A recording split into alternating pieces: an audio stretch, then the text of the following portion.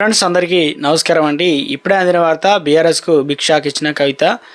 So ఇక వివరాలు ఏంటనేది కూడా వీడియోలో తెలుసుకునే ప్రయత్నం అయితే చేద్దామండి. వీడియోని చివరి వరకు చూడండి, అర్థమవుతుంది. మరోసారి ఛానల్ వస్తే తప్పకుండా సబ్స్క్రైబ్ చేసుకోండి. చూస్తున్నారు కానీ లైక్ చేయడం మర్చిపోతున్నారు, వెంటనే లైక్ చేయండి. ఇక మొట్టమొదట బీఆర్ఎస్ ఎమ్మెల్సీ కవిత సింగరేణి వర్కర్స్ యూనియన్కి చెందినటువంటి హెచ్ఎంఎస్ అధ్యక్షురాలుగా కూడా ఎన్నిక కావడం అయితే జరిగిందనమాట. ఎందుకంటే మంచిర్యాల జిల్లా శ్రీరాంపూర్లో జరిగినటువంటి జనరల్ బాడీ సమావేశంలో HMS general secretary Riyaz Ahmed ఆమె పేరును ప్రతిపాదించింది.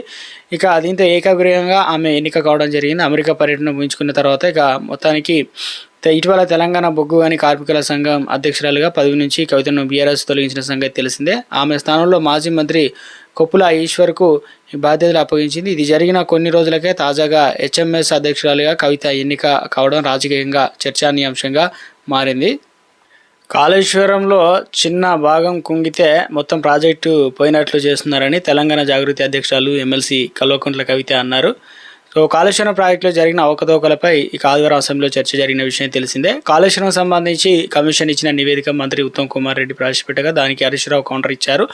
ఆ తర్వాత సీఎం రేవంత్ రెడ్డి అదేవిధంగా బీఆర్ఎస్ కూడా కౌంటర్ అయితే ఇచ్చారు. తర్వాత సీఎం రేవంత్ రెడ్డి బీఆర్ఎస్పై విరుచుకుపడ్డారు.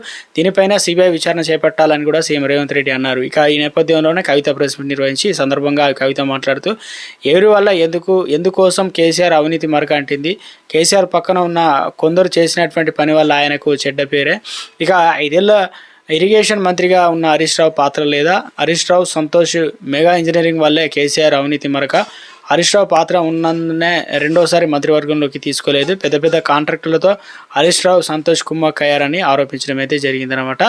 ఇక కేసీఆర్ జనం కోసం పనిచేస్తే హరీష్ రావు సంతోష్లు సొంత ఆస్తుల పెంపు కోసం పనిచేశారని కవిత అన్నారు.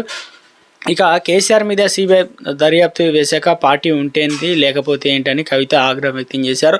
మా తండ్రి దాకా వచ్చాక ఇంకా పార్టీ ఏంటి? ఇది నా తండ్రి పరువు సంపాదించింది. నా లేఖ బయటికి వచ్చినా నేను ఎవరి పేరును బయట పెట్టలేదు. ఈ వయసులో కేసీఆర్ విచారణ అంటే సిబిఐ విచారణ ఎందుకు ఎదుర్కోవాలి? హరీష్ రావు సంతోష్పై నాపై ఎన్ని కుట్రలు చేసినా భరించాను. నాపై వ్యక్తిగతంగా దాడులు చేసిన వాళ్ళను పేర్లను ఎప్పుడు చెప్పలేదు. కేసీఆర్పై సిబిఐ విచారణకు కారణం హరీష్ రావు సంతోష్. నా మాటల వల్ల బీఆర్ఎస్ శ్రేణుల కోపం రావచ్చు. అప్పుడు వాస్తవాలను మాట్లాడుకొని మందు తీసుకుంటేనే ఆరోగ్యానికి మంచిదని కవిత పేర్కొన్నారనమాట. కేసీఆర్ ఇన్నాళ్ళు రాజకీయంలో ఉన్న ఎలాంటి ఆస్తులు సంపాదించుకోలేదని కవిత తెలిపారు. డబ్బులపైన కేసీఆర్కి ఏనాడు ఆశ లేదు. కాళేశ్వరం పనిచేసిన 3 ఇంజనీర్ల వద్ద 100 కోట్లు సంపద ఉంది. కాళేశ్వరం ఇంజనీర్ల ఆస్తులపై ఎందుకు విచారణ జరిపించడం లేదు? ఏసీబీకి చిక్కిన ఇంజనీర్ల వెనుక ఉన్నవారెవరో ఎందుకు విచారణ చేపట్టలేదు? హరీష్ రావు సంతోష్ వెనుక రేవంత్ రెడ్డి ఉండి కాపాడుతున్నారు. బీఆర్ఎస్ని ఇబ్బందులకు గురి చేసి అవినీతి ఆనకొండలను ఏమీ అనట్లేదని చెప్పేసి వాళ్ళ సోషల్ మీడియా బ్యాచ్ రేపటి నుంచి నాపై దుష్ప్రచారం చేస్తారని చెప్పేసి కవిత తెలిపారన్నమాట. సో రాష్ట్రంలో ఇందుకు సంబంధించి బీఆర్ఎస్ ఫామ్ హౌస్లో కూడా